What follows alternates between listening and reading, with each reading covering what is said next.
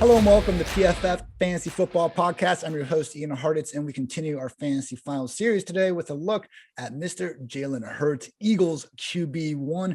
Didn't always seem like that was going to be, necessarily the case. I mean, after last year, Carson Wentz, at least before last year, I should say, he's certainly seemed ingrained as their quarterback of the present and future.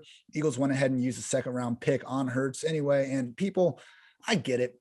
You don't love seeing a team use such a high-end pick on a backup QB, but I think this situation and even the Panthers getting Darnold kind of shows these are good, resources to get. Sam Darnold has been anybody's idea of a bottom five quarterback since entering the league, and the Colts were still able to get a pretty damn good return for his services. Same thing with the Eagles and Carson Wentz. Obviously, they gave him the contract. They wish they could come back. Not quite the same thing, I guess I should say, but either way, if you're a quarterback that is not even really flash the ability to be great, you can still get traded for something good in the NFL. But regardless, it is now the Jalen Hurts era, whether that's going to be 1 year, 2 years, whatever, in Philly. So we think.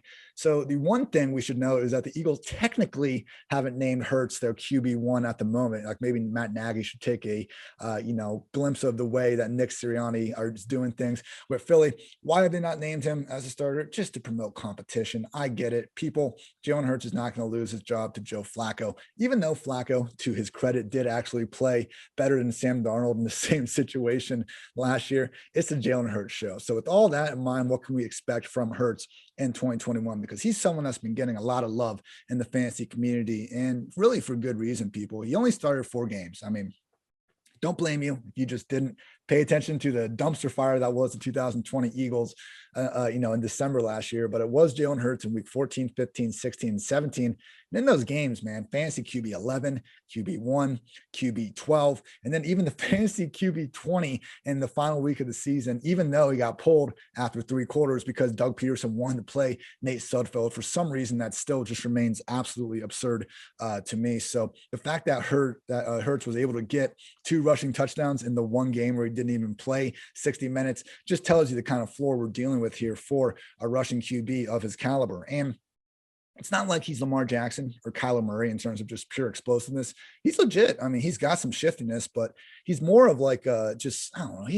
He's smooth. He doesn't have the same top end speed, doesn't have quite the same wiggle, but he's really solid. And it's more about the volume as a rusher than anything. I mean, 18 carries, 11 carries, 9 carries, 8 carries. And again, the 3-quarter game, he was taken off like his life depended on it with regularity, and even put up some numbers through the air. He had 300 passing yards twice in 4 games. People, it took Josh Allen 3 years to be able to say that. So Hurts, he was able to put up big time production on the ground, solid enough production through the air.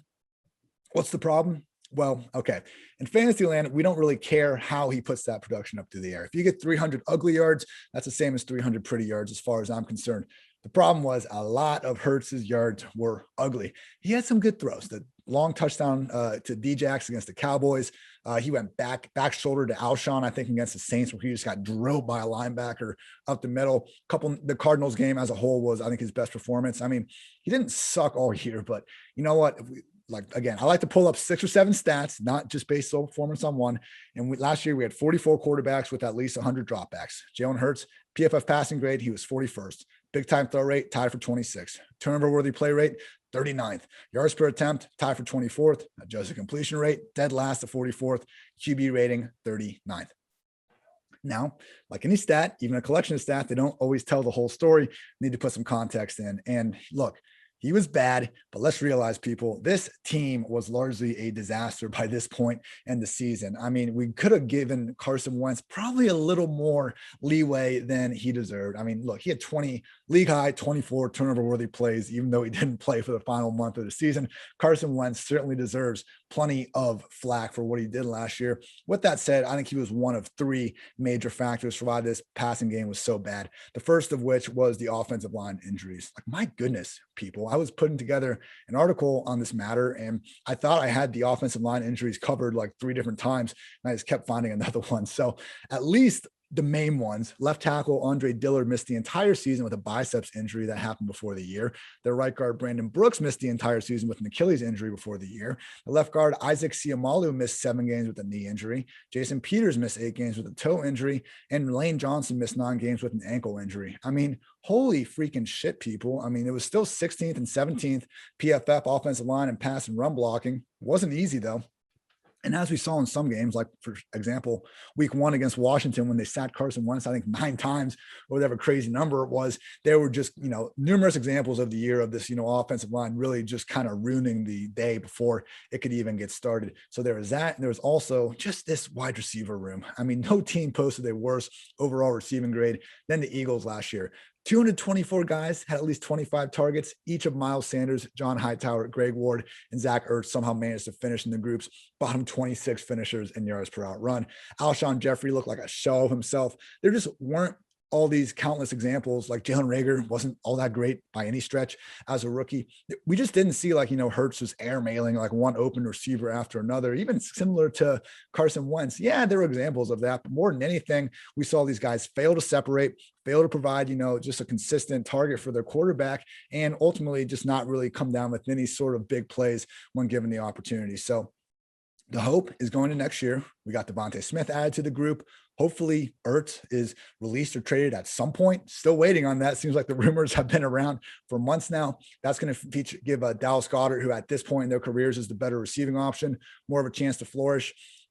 Still don't have a ton of great receivers out there, but maybe Jalen Reagor takes a step in year 2. It's at least looking better at receiver and on the offensive line, just by pure, God being a bit cooler this year. You would hope that they have some better injury luck. So the good news is I think this offense could even better continue to fit around Jalen Hurts, because while Wentz was used in the run game, clearly Hurts is going to be far more involved in that. And they did have to kind of switch offenses in, 3/4 of the way through the season. So I'm pretty confident that Nick Sirianni and offensive coordinator Shane Steichen are going to be fine, because Nick, even if Jacoby Brissett wasn't, again, Jacoby Brissett kind of in the Carson Wentz mold where he will run sometimes, but not as much as Jalen Hurts. With that said, if you watch these Colts games over the year, Brissett was used creatively as a rusher.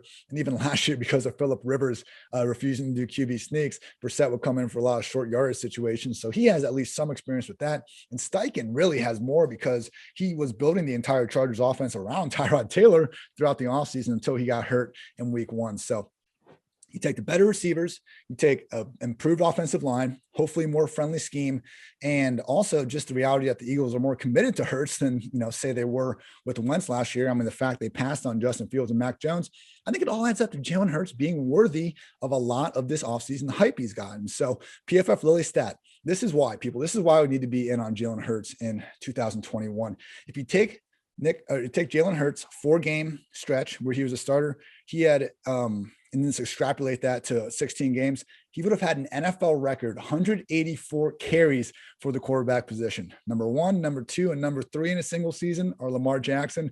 Jalen Hurts, again, small sample size, and it's a little iffy sometimes to carry this out. Injuries happen, just a lack of success could have happened, but that is the ceiling we're talking about for Jalen Hurts. Being the most run-heavy QB in NFL history is actually in his potential range of outcomes. And really, when we see that, that's just great for fantasy business. So he is my QB 9 at the moment. He's in my second tier of true top 10 fantasy QBs.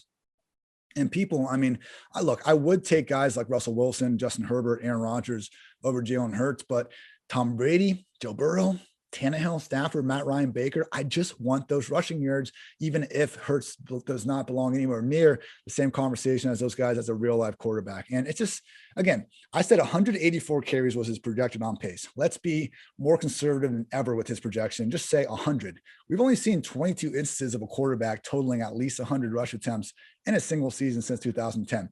15, which is 68%, finished as a top 8 fantasy QB. So that's 68% in and of itself is fine, but even digging deeper to the exceptions that didn't hit, like it was mostly because they just kind of came in partway through the season, or they missed games and they were actually still awesome when they were playing. 2018, Lamar Jackson was the QB5 in fantasy points per game once he took over the job. 2011, Tim Tebow was the QB13 after taking over the job. 2015, Tyrod Taylor was the QB8 in fantasy points per game. 2014, Cam was the QB7 in fantasy points per game. 2018, Cam was the QB8 in fantasy points per game.